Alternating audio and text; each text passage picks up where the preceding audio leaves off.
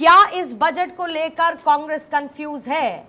और कांग्रेस के कंफ्यूजन की वजह इस तरीके से रिफ्लेक्ट होती है कि आप कहते हैं कि मोदी सरकार का पेश किया हुआ बजट आपके न्याय पत्र का कट कॉपी पेस्ट है, और उसी बजट के ट्वीट में राहुल गांधी ये लिख देते हैं कि इसमें आम लोगों के लिए कुछ भी नहीं है। अब या तो आपके न्याय पत्र में आम लोगों के लिए कुछ नहीं था, या फिर ये कट कॉपी पेस्ट है नहीं। तो तय कर लीजिए कि कांग्रेस का स्टैंड क्या है। और बजट पेश करने में सरकार ने नकल तो जरूर किया है, लेकिन नकल के लिए भी अकल चाहिए।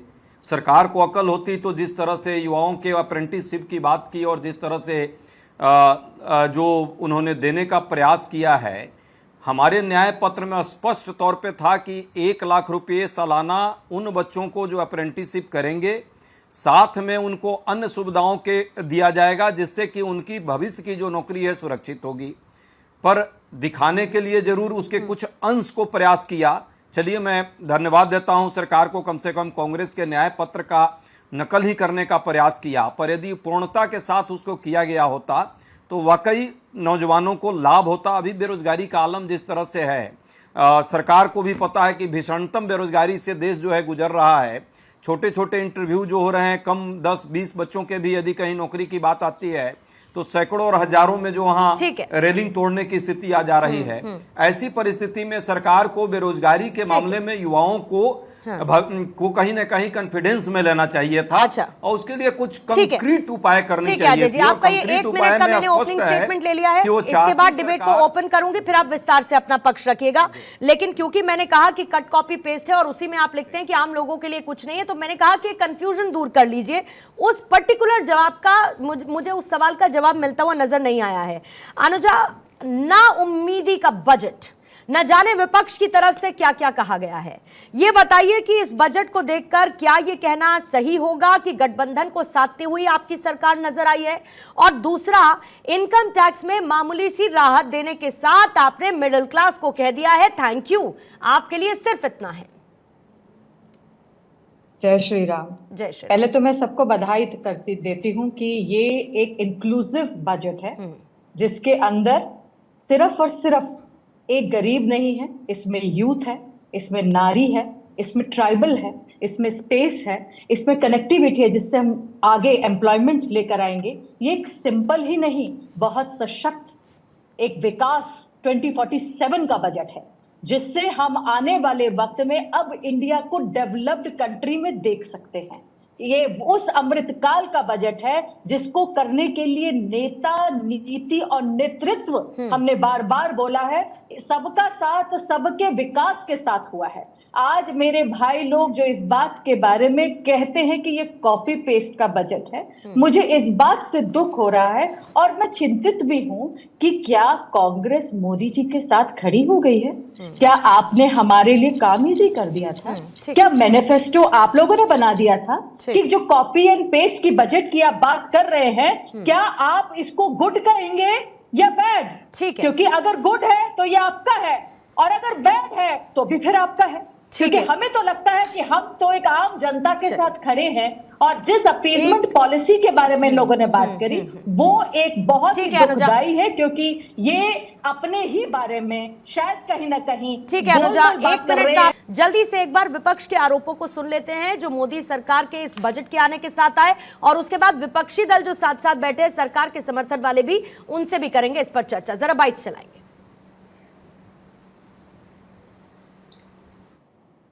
युवाओं की मांग थी जो पक्की सरकारी नौकरी का प्राइवेट सेक्टर में और दूसरे सेक्टरों में, और हम भी वायदा किया था। वो एक प्रोग्राम वो कॉपी कर लिए है, उसको दूसरा नाम उन्होंने दिया क्या, इंटर्नशिप। तो हम ये तो उससे ज़्यादा पैसा देकर वो स्कीम को बनाना चाहते थे। तो हमारा एक कट एंड पेस्ट बोलते ना, तो वो उन्होंने किया है। मेरे को यही बोलना है, this budget is totally directionless, anti people, no vision, only the political mission is there. I don't see any light. It is the dark, dark and dark. लेकिन बजट से आम जनता को क्या मिला 10 साल में? किसान, बेरोजगार, युवा, हाँ, स्टूडेंट्स, बड़ी बड़ी बातें तो होती है इस देश में। बड़ी बड़ी शादियां होती है और बजट पर बड़ी बड़ी बातें होती है। आप खुश नहीं है बजट से? देखिए, बजट तो पहले एक राज्य के लिए बनाया जाता था, गुजरात, अब और 2 राज्य उसमें जुड़ गए हैं। कौन से 2 राज्य से? और सरकार बचाने के लिए ये करना जरूरी है। कुर्सी बचाने के लिए बजट बनता है, देश के लिए नहीं बनता है, ये हमने पहली बार देखा है।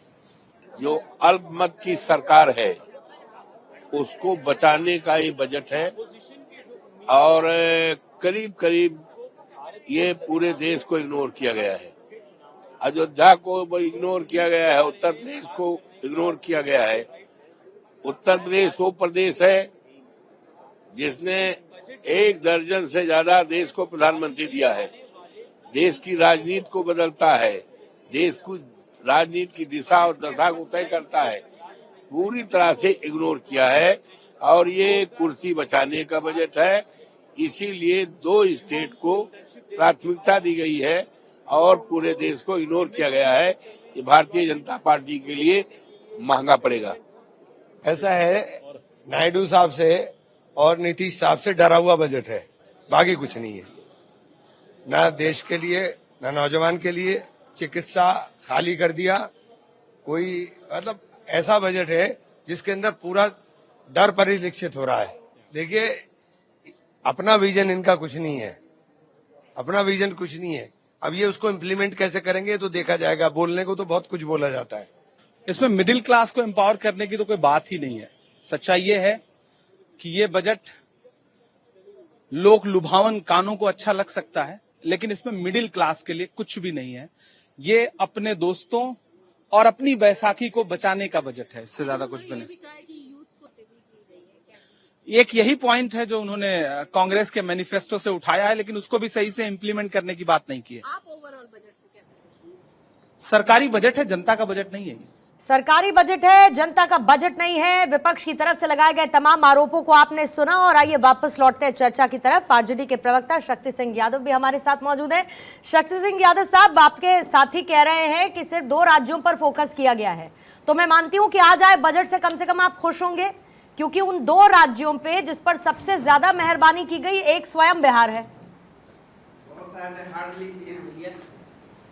शक्ति सिंह यादव जी, सबसे पहले जी जिस बजट जी बिल्कुल जिस बजट की लगातार चर्चा की जा रही है कि बिहार पर विशेष नजर है, मैं बता दूं कि ये रूटीन आवंटन और पूर्व स्वीकृत और निर्धारित योजनाओं के मद में राशि दिया जाना बिहार का पैकेज नहीं हो सकता है। और बिहार का पैकेज के संदर्भ में या बिहार को विशेष राज्य के संदर्भ में लगातार ये बातें उठ रही थी कि बिहार को विशेष राज्य का दर्जा मिलेगा, दर्जा नहीं मिला, पैकेज नहीं मिला। मैं आपको इसलिए ये बात को जोड़ देकर कह रहा हूँ कि पूर्णिया हाईवे की बात हो रही है या फिर बक्सर से लेकर करके जो भागलपुर जाएगी, वो पूर्व से ही इन चीजों की रखी गई थी न्यू, उसको आप रीपैकेजिंग कर रहे हो। सवाल नंबर 1। सवाल नंबर 2, फ्लड के नाम पर आपने कहा कि हम ये इतना राशि का आवंटन करने का निर्णय लिया है। सबसे बड़ी बात आपको देखना पड़ेगा कि इस देश का बजट कितना है, इसकी आमदनी कितनी है। आपको पहले पता है ये बिहार एक कंज्यूमर स्टेट है। आप जीएसटी लागू होने के बाद जो नुकसान बिहार को हुआ था, तो देश के प्रधानमंत्री जी ने, वित्त मंत्री जी ने कहा था कंपनसेशन देंगे हम बिहार को। आज तक 5 पैसा नहीं मिला।